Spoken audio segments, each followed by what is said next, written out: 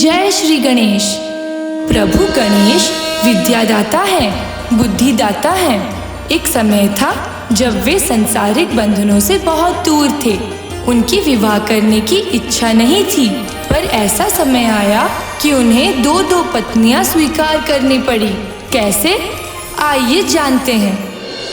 एक दिन प्रभु शिवजी और माता पार्वती कैलाश पर्वत पर बैठकर वार्तालाप कर रहे थे। उसी समय वहां पहुंच गए उनके छोटे पुत्र श्री गणेश। श्री गणेश जी ने देखा माता पिता बहुत परेशान हैं। पिताश्री, माताश्री, आप इतने चिंतित क्यों हैं? आदेश दीजिए, मुझे क्या करना होगा? पुत्र गणेश, तुम्हारी माता तुम दो भाइयों के विवाह के लिए चिंतित है। हम उसी विषय में बात कर रहे थे। ये बात? अगर चिंता की बात का नाश कर दिया जाए तो चिंता नहीं रहेगी। तुम कहना क्या चाहते हो? माताश्री, मैंने निर्णय लिया है कि मैं विवाह नहीं करूंगा, इसलिए आप मेरे विवाह की चिंता ना करें। यह बात कहकर भगवान गणेश वहां से चले गए। पुत्र विवाह नहीं करेगा, यह जानकर माता पार्वती का मन दुखी हो गया।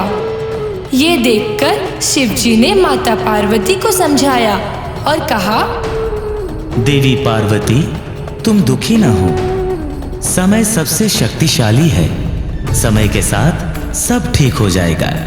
तुम देखना, तुम्हारा बेटा अपने आप विवाह के लिए राजी हो जाएगा। उधर गणेश जी तपस्या के लिए वन में चले गए और घोर तपस्या में लीन हो गए।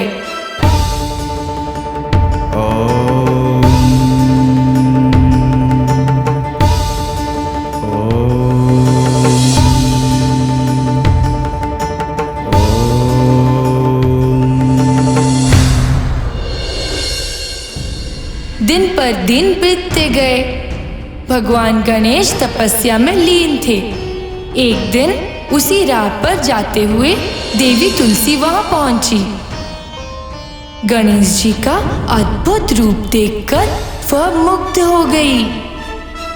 मानव शरीर, हाथी का मस्तक, ऐसा रूप उन्होंने पहले नहीं देखा था। इसलिए देवी तुलसी ने विभिन्न उपायों से गणेश जी का ध्यान भंग करने की कोशिश की।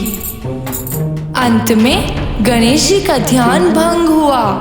उन्होंने तुलसी देवी को देखते हुए पूछा, देवी, कौन है आप? इधर क्यों आई हैं? और मेरा ध्यान क्यों भंग किया? हे देव, मैं धर्मध्वज की कन्या तुलसी हूँ। मेरी माता का नाम माधवी है। मैं अपने पिता से अनुमति लेकर अपना वर ढूंढने की यात्रा पर निकली हूँ और यात्रा में आपको देख मैं मुग्ध हो गई। मुझे लगा मेरी यात्रा का उद्देश्य सफल हुआ। मैं आपसे विवाह करना चाहती हूँ। मैं आपका अनुरोध नहीं रख सकता। मुझे क्षमा करें, क्योंकि मैंने विवाह ना करने का प्रण लिया है। भगवान गणेश जी ने विवाह करने से मना कर दिया। यह बात सुनकर तुलसी देवी बहुत क्रोधित हो गई। उन्होंने गणेश जी को अभिशाप देते हुए कहा, आज आपने विवाह करने से मना कर दिया। मैं आपको अभिशाप देती हूँ। आप एक नहीं दो दो विवाह करेंगे। ऐसा समय निश्चित आएगा और आप दो पत्नियों से विवाह करने पर विवश हो जाएंगे। तुलसी देवी अभिशाप देकर चली गई। इसके बाद कुछ दिन बीत गए।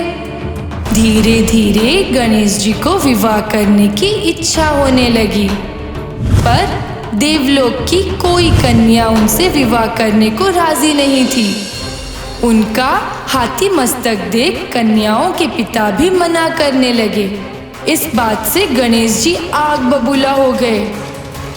मेरा विवाह नहीं हो रहा है, अब मैं देवलोक में किसी का विवाह नहीं होने दूंगा।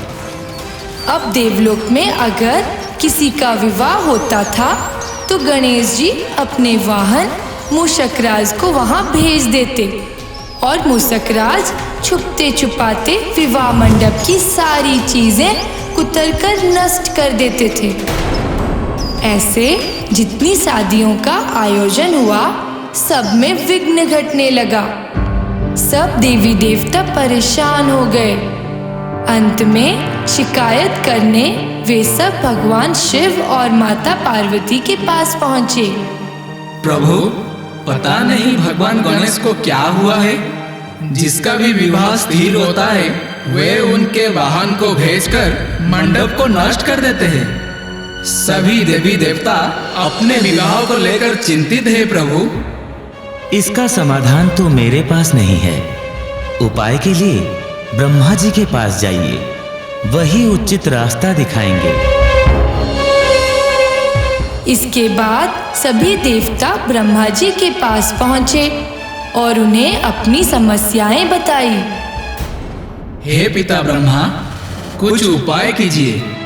इस समस्या का समाधान सिर्फ आप ही कर सकते हैं, नहीं तो संपूर्ण देवकुल का वंश और आगे नहीं बढ़ पाएगा। आप लोगों को भयभीत या चिंतित होने की आवश्यकता नहीं। हर समस्या का हल है। ये कहते हुए ब्रह्मा जी ने अपने योग बल से 2 कन्याओं को जन्म दिया और उनका नाम रखा रिद्धि और सिद्धि, और उनको आदेश दिया, रिद्धि, सिद्धि, मैंने जिस उद्देश्य से तुम्हारी सृष्टि की उस उद्देश्य को तुम्हें पूरा करना होगा। आप जाकर गणेश जी के साथ रहेंगे। जब भी वे किसी का विवाह भंग करने की कोशिश करेंगे, आप उनका ध्यान भटकाना। वे अन्य विषयों में मग्न रहेंगे और इस तरह किसी भी विवाह में विघ्न नहीं होगी। जो आज्ञा पिताश्री, हम आपकी आज्ञा का पालन करेंगे। जिस कार्य के लिए आपने हमें जन्म दिया है उसे हम अवश्य पूरा करेंगे। इसके पश्चात पितामह ब्रह्मा रिद्धि सिद्धि को लेकर गणेश जी के पास पहुंचे और उन्हें शिक्षा देने को कहा। ब्रह्मा जी के कहे अनुसार गणेश जी रिद्धि सिद्धि को शिक्षा देने लगे। एक दिन शिक्षा देते समय उनके वाहन मूषकराज वहां पहुंचते हैं। प्रणाम प्रभु, देवलोक में एक विवाह हो रहा है। अगर आप आज्ञा दे तो मैं अपना कर्तव्य करूं। यह बात जानकर रिद्धि सिद्धि ने गणेश जी को तरह तरह के प्रश्नों में व्यस्त रखा और आपस में झगड़ने भी लगे।